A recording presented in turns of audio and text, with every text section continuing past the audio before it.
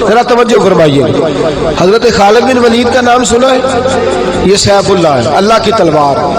حضرت خالد بن ولید نے اپنی بیوی کو طلاق دے دی اور بڑا عرصہ وقت اچھا گزرا، طلاق ہو گئی، بیوی چلی گئی. ایک باغ بھی دیا تحفے میں. بعد میں آدمی پوچھنے لگا حضور آپ نے بیوی کو طلاق دے دی، کیا معاملہ تھا؟ آپ فرمانے لگے کوئی مسئلہ نہیں، میری بیوی بڑی نیک تھی، پرہیزگار تھی، اچھی تھی، فرما بردار. انداز دیکھیے گا. کہنے لگا جناب عجیب بات ہے، طلاق بھی دے دی اور اچھی بھی بڑی تھی، کس بات پہ طلاق دی؟ آپ فرمانے لگے وہ میرے ساتھ 27 سال رہی ہے. کتنے سال؟ اور میں انتظار کرتا رہا ہوں. میرے نبی پاک صلی اللہ علیہ وسلم نے فرمایا جس کو اللہ تکلیف نہیں دیتا اس سے اللہ ناراض ہوتا ہے. میں نے 27 سال انتظار کیا، اس کے تو کبھی سر میں درد نہیں ہوا تھا. تو آپ فرماتے ہیں میں نے اسے ایک باغ دے کے بھیج دیا اس کے میکے. میں نے کہا تیرے اوپر چونکہ آزمائش نہیں آتی تو کہیں ایسا نہ ہو اللہ تجھ سے ناراض ہے تو مجھ سے بھی ہو جائے. مانے لگے اس خیال میں میں نے اس کو بھیج دیا ہے کہ اس پہ تو تکلیف ہی کبھی نہیں آئی. ہمارے ہاں ذرا ذرا سی آزمائشیں ہیں اور لمبے چوڑے پہاڑ ہیں. اور ایک اور بات سن لیں، آزمائشوں میں جو جینا سیکھ جاتا ہے نا، رب کریم اسے درجے بھی بڑے ہی عطا فرماتا ہے. جس کا دنیا میں کوئی سہارا نہیں نہ بنتا پھر اسے خدا کی رحمت آگے بڑھ کے سہارا عطا فرماتی ہے. اپنی زندگی کے اندر آزمائش سے لڑنا، تکلیف سہنا، ذہن بنا لے تکلیفیں آئیں گی، آزمائشیں آئیں گی، بیماری آئیں گی، مجھے برداشت کرنا. جس کے اندر برداشت ہے اس کا حوصلہ بہت بڑا ہے، اور جو برداشت سے آ رہی ہے وہ ختم ہو جائے. میرے رسول کریم صلی اللہ علیہ وسلم کی صحابیہ حضرت اسماء بنت ابی بکر صدیق، جناب صدیق اکبر رضی اللہ تعالی عنہ کی صاحبزادی ہے، حضرت عائشہ کی بڑی بہن ہے. یہ وہی ہے جو غار ثور میں میرے نبی کو کھانا پہنچایا کرتی. 90 سال سے زیادہ عمر ہوگی حضرت اسماء کی، اور ان کے صاحبزادے عبداللہ بن زبیر رضی اللہ تعالی عنہ. 90 سال سے زیادہ عمر ہو گئی اور ان کے صاحبزادے لڑائی کر رہے ہیں حجاج بن یوسف کے ساتھ. آنکھوں سے انہیں نظر نہیں آتا حضرت اسماء کو، بوڑھی ہو گئی، صاحبزادہ جہاد کر رہا ہے.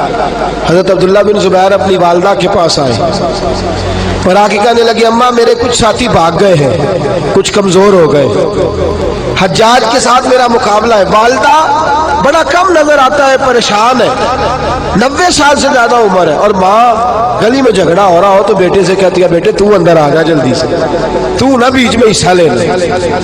والدہ سے آ کے پوچھتے ہیں اماں میں کیا کروں، حجاج کے خلاف لڑ رہا ہوں، بہت سارے ساتھی کچھ چلے گئے ہیں ڈر کے، کچھ جو ہے وہ کمزور پڑ گئے، کچھ نے وہ بزدل نہیں ہے، وہ کمزور نہیں، لیکن انہوں نے حکمت سمجھی ہے تھوڑی دیر کے لیے چلا جانا.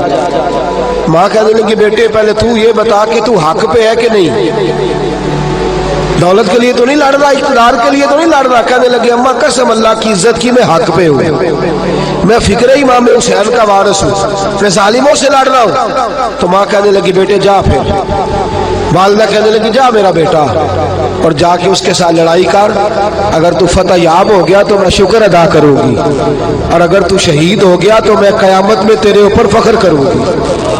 تو کہنے لگے اماں وہ بڑے ظالم ہیں، بوڑھی ماں کا حوصلہ دیکھ، وہ بڑے ظالم ہیں، وہ تو مسئلہ کر دیتے ہیں، ناک کان گلا کاٹ دیتے ہیں، اتنا سخت میرا دشمن ہے.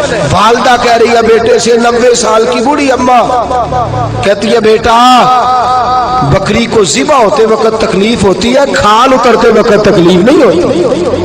تکلیف تجھے ایک وقت ہوگی جب تیر لگے گا، جب تلوار لگے گی. ناک کان کاٹتے تجھے کیا تکلیف ہوگی، اللہ تجھے زیادہ اجر عطا فرمائے گا. جا مجھے بہادر کی ماں بننے کا شرف دے، بزدل کی ماں بننے کا شرف نہ دے. یہ دلیر ماں کا حوصلہ.